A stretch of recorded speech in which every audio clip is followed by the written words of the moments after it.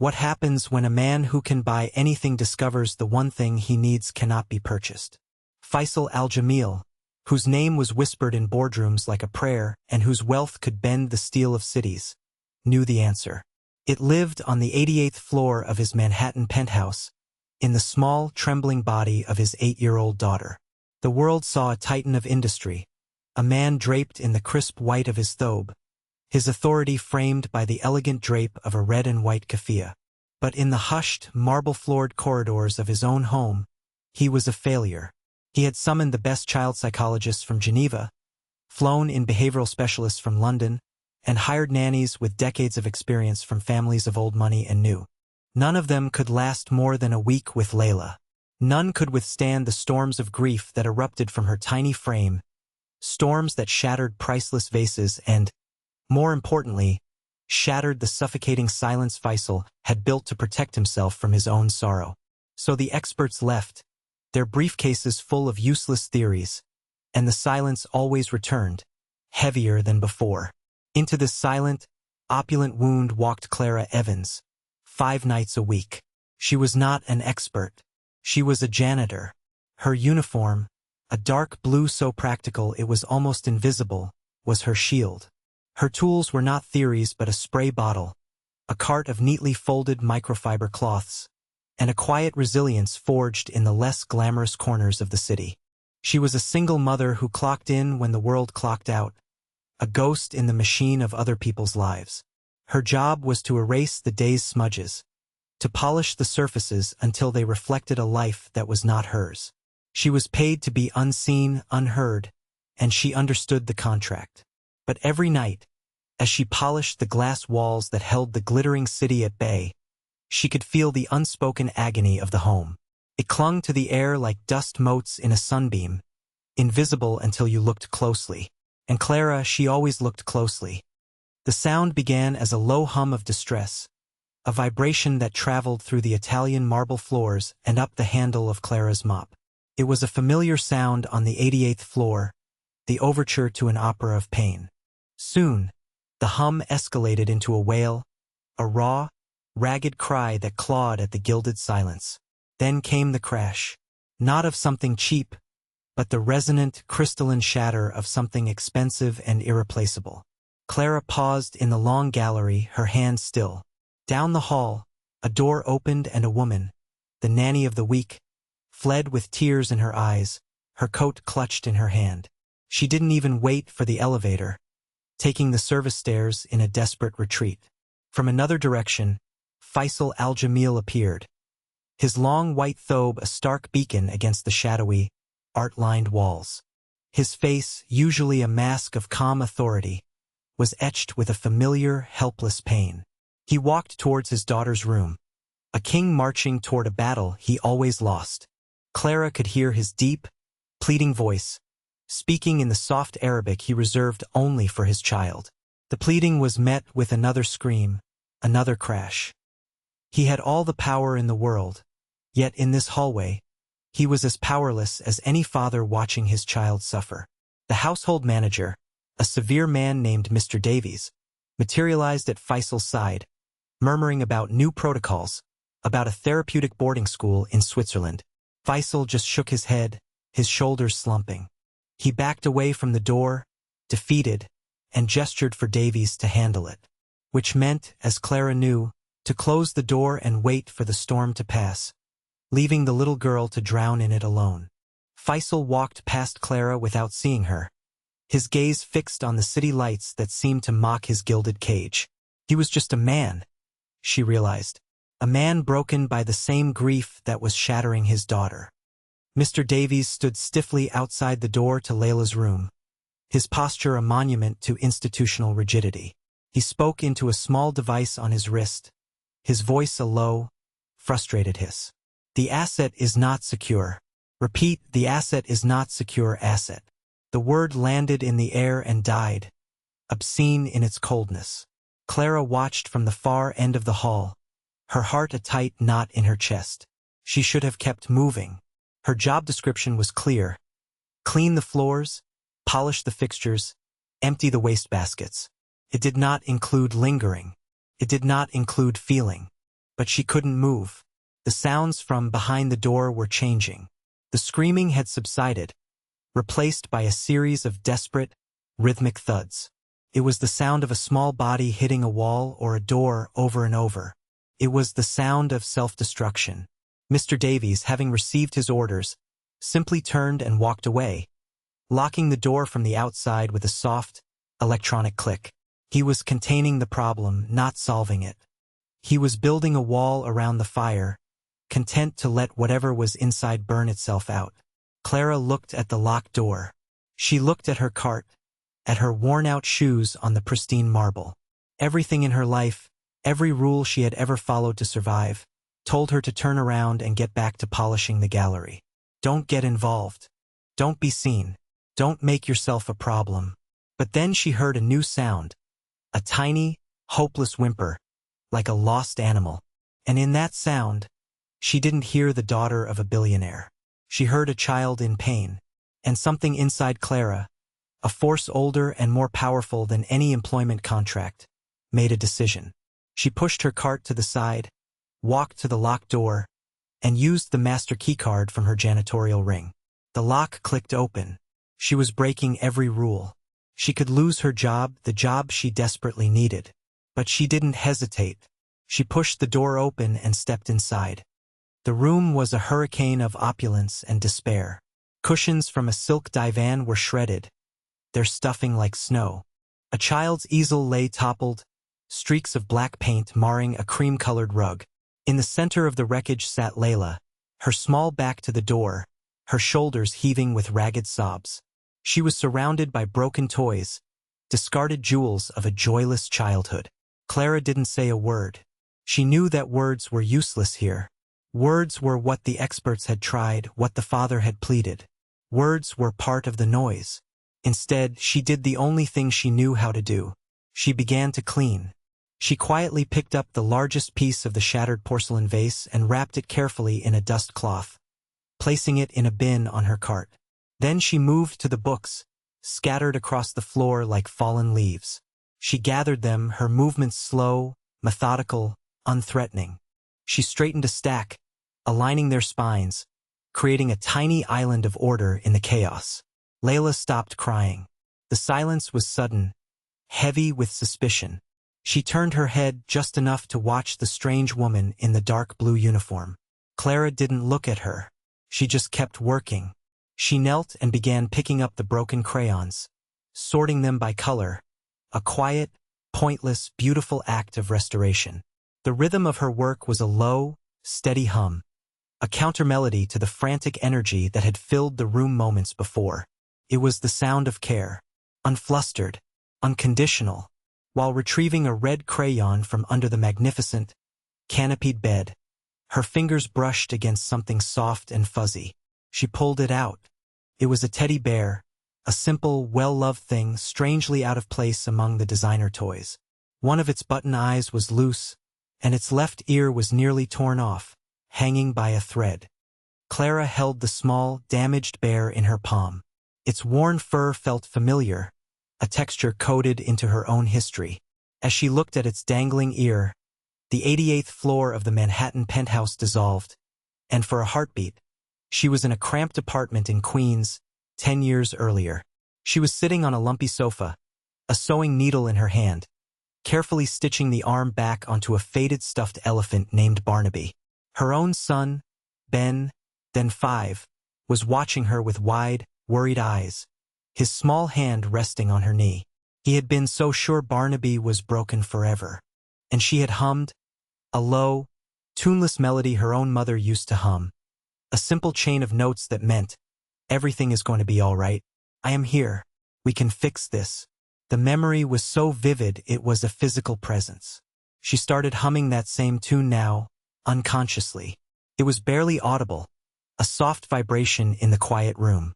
Layla, who had been watching her with a fierce, wary gaze, tilted her head. The humming was not a demand. It wasn't a question. It was just there. A gentle sound in a world that had only ever been loud with grief or empty with silence. Clara turned the bear over in her hands, her thumb stroking its one good eye. She didn't offer it to the girl. She just held it as if considering a problem. After a long minute, a tiny voice cut through the stillness. "He's broken." It wasn't an accusation. It was a statement of fact, whispered with the weary finality of a child who knew broken things well. Clara finally looked at Layla, meeting her dark, swimming eyes for the first time. She gave a small, slow nod. "Yes," she said, her voice soft. "A little. But I think," she added, gently touching the torn ear. "He was also very, very brave." Layla's face, a mask of hardened sorrow, seemed to soften for a fraction of a second. It was the first time someone had seen the damage and acknowledged the bravery, too. From the security office on the ground floor, Faisal had watched it all. After fleeing his daughter's room, he had retreated to the only place he still felt in control, a dark room filled with monitors displaying every corner of his empty life. He had watched the nanny flee. He had watched Davies lock the door. And then he had watched in disbelief as the janitor, a woman whose face he'd never truly registered, entered the room he'd just abandoned. His first instinct was rage. "Security. Breach." He nearly barked the command into his console. But then he watched. He saw her not approach the child, but the mess. He saw the slow, deliberate rhythm of her cleaning. He saw the anger in Layla's posture melt into curiosity. He zoomed the camera in, the audio feed crackling to life. He heard the humming. It was a simple, unadorned sound, and yet it cut through his own armor of grief in a way no therapist's lecture ever had.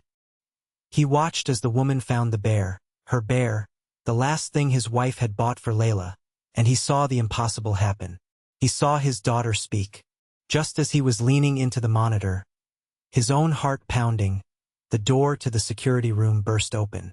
It was Mr. Davies, his face flushed with indignation. "Sir, there is a serious breach. The night shift cleaner has entered the child's quarters. She is in there now, unauthorized. I'm having her removed." Faisal held up a hand, his eyes never leaving the screen. On it, Clara was now sitting on the floor, a few feet from Layla, carefully examining the bear's torn ear. "No," Faisal said, his voice quiet but absolute. Davies faltered. "Sir? She is a complete unknown. A liability. She could be—" "She is the first person who has not run away," Faisal interrupted, standing up. He strode out of the security room, his thobe sweeping behind him, leaving a stunned Mr. Davies in his wake. He walked back to the 88th floor and entered his daughter's room without knocking. Clara and Layla both looked up, startled. Clara scrambled to her feet, her face paling, expecting to be fired. But Faisal only looked at her, then at his daughter, then at the bear in Clara's hand. "Stay," he said. It wasn't a command. It was a plea.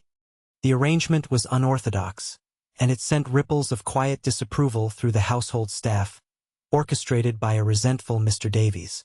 Clara Evans was no longer just a janitor. Her duties were amended. She was still to clean, but only on the 88th floor, and only during the hours when Layla was home and awake. She was given no title. Her pay was quietly, substantially increased, but her uniform remained the same dark, practical blue. Faisal didn't know what else to do. He couldn't name what Clara had, so he couldn't create a job title for it. All he knew was that for the first time in a year, the storms were receding. The tantrums didn't stop overnight, but they became shorter, less violent. They were no longer hurricanes of rage, but brief, intense squalls of sadness. And through them all, Clara would simply be there. Sometimes she would clean. Sometimes she would sit and sort Layla's colored pencils. Sometimes she would just work on the bear. She had brought a small sewing kit from home, the kind a mother keeps in a drawer for emergencies. Over several nights, under the soft light of a bedside lamp, she painstakingly reattached the bear's ear with small, neat stitches. Layla would watch, not speaking, her chin resting on her knees. The quiet ritual of mending became their language. One evening, Layla, who had been drawing at her small table while Clara polished the windows, silently got up and held a piece of paper out. Clara took it. The drawing was, as usual, a chaotic swirl of black and gray crayon, a child's portrait of a world without light. But this time, Layla's small finger pointed to a tiny, almost imperceptible smudge of yellow in one corner. "The sun is hiding," Layla whispered. Clara looked at the smudge, then at the girl. "But it's still there," Clara said softly. "That's the important part." She didn't know that Faisal was watching from the doorway, had been for several minutes. He saw the drawing. He saw the pinprick of yellow, and he felt something in his own chest, a feeling so long forgotten he could barely name it. Felt like a thaw. That night, after Layla had fallen asleep holding the now-mended bear, Faisal found Clara in the long gallery, wiping down the glass frames of his art collection. He had never spoken to her for more than a few seconds at a time. "The bear," he said, his voice startling her. "His name is Bark. It means lightning." Clara turned, her cleaning cloth in hand. "His wife. My wife, Samira. She gave it to Layla the day before the accident." He had never said these words to anyone on his staff. The confession hung in the air between the billionaire and the janitor. "She said he was to be Layla's guardian in any storm," he continued, his gaze lost in the reflection in the glass. "I had forgotten." Clara listened, her own history of loss giving her the grace to stay silent, to simply let him speak. "The psychologist said we should remove the bear," Faisal said with a dry, bitter laugh. "They called it a transitional object that was inhibiting the grief process." They had a name for everything except for what was actually happening. He looked at Clara then, a direct, searching gaze. "You did not try to fix her. You fixed the bear." It was the most profound analysis of the situation he could articulate. Clara thought for a moment. "You can't fix a person," she said, her voice gentle but firm. "People aren't broken things. They're just hurting. You can only make a safe place for the hurt to be. The bear." He was hurting too. Faisal looked at this woman in her simple uniform, a woman who earned in a year what he spent on a dinner, and felt a humbling wave of recognition. She understood more about the human heart than all his paid experts combined. A connection, quiet and profound, formed in that hallway. A bond forged not over balance sheets, but over a shared understanding of what it means to protect a child's fragile world. The thaw on the 88th floor did not go unnoticed. Mr. Davies saw it as a threat. He saw the shifting of power, the erosion of his carefully constructed protocols. In his mind, Clara Evans was not a healer. She was an opportunist, a clever charlatan who had somehow hypnotized his employer. He began to watch her, scrutinizing her every move through the same security cameras Faisal had used. He logged her arrival times, noted every conversation she had, every moment she wasn't actively scrubbing a surface. He was building a case. The opportunity came on a Tuesday. Clara's son, Ben, had a fever, and she had to arrange for a neighbor to watch him, making her 10 minutes late for her shift. That same evening, Faisal had left a valuable antique watch, a gift from his own father, on a dresser in his study. The next morning, Davies reported to Faisal that the watch was missing, and that the only person with unsupervised access to the private quarters during that time frame, who had also shown irregular behavior by arriving late, was the janitor. "Sir," Davies said, his voice laced with practiced concern, "I've run a background check. She has outstanding medical debts. She lives in a precarious financial situation. It is a classic profile." He presented a file, neat and damning. Faisal took the file but didn't open it. He looked at Davies, at his starched collar and his cold, certain eyes. A year ago, he would have believed him. He would have trusted the system, the profile, the logic of the situation. He would have had security escort Clara from the building without a second thought. But he was not the same man he was a year ago. "Show me the footage," Faisal said. In the security room, Davies played the clip. It showed Clara entering the study, dusting the surfaces and leaving. The watch was on the dresser when she entered. The camera angle was such that the dresser was momentarily obscured by her body. When she moved away, the watch was gone. "You see," Davies said, triumphant. "It's undeniable." Faisal kept looking at the screen. "Play it again," he commanded, "and zoom in." On her pocket, they zoomed in. There was a bulge in her pocket. Davies smiled grimly, but Faisal saw something else. He saw the corner of a child's drawing peeking out. Layla's drawing. The one with the yellow sun. Faisal walked out of the security room, leaving Davies sputtering. He went straight to his study. The watch was not there. He felt a flicker of doubt, cold and sickening. Had he been a fool? He then walked to Layla's room. She was asleep, the mended bear, bark, tucked under her arm. On her bedside table, next to a glass of water, sat his antique watch. Its gold surface gleamed under the nightlight. Tucked underneath it was a new drawing. This one was full of color. A bright yellow sun, a blue sky, a green patch of grass. And in the middle, 3 figures holding hands. A tall man in white, a small girl, and a woman in a blue uniform. Beneath them, Layla had written in shaky letters, "My new family." The truth hit Faisal with the force of a physical blow. Layla had taken the watch. Not to steal it, but to guard it, to put it in the safe place she had created in her room, a place of healing where important things were kept. Faisal picked up the watch and the drawing and went to find Clara. He found her by the elevators, her shift over, waiting to go home. He held out the drawing.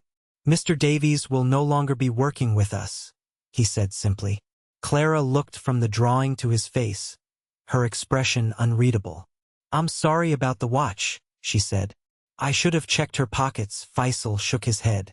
"You are not her keeper, Clara. You are her friend." He paused, the weight of the moment settling around them. "This position, what you do here, it needs a title. I was thinking chief of making things whole." A small smile touched Clara's lips for the first time. "I think I like janitor better," she said. "It's more honest," he smiled back, a real smile that reached his eyes. "The hours are changing," he said. "They're daytime hours now, and the salary will reflect your new indispensability." It was more than a job offer. It was an invitation to stay, an invitation to be part of the new family a little girl had dared to draw. It was the quiet, definitive end of the institution, and the true beginning of a home.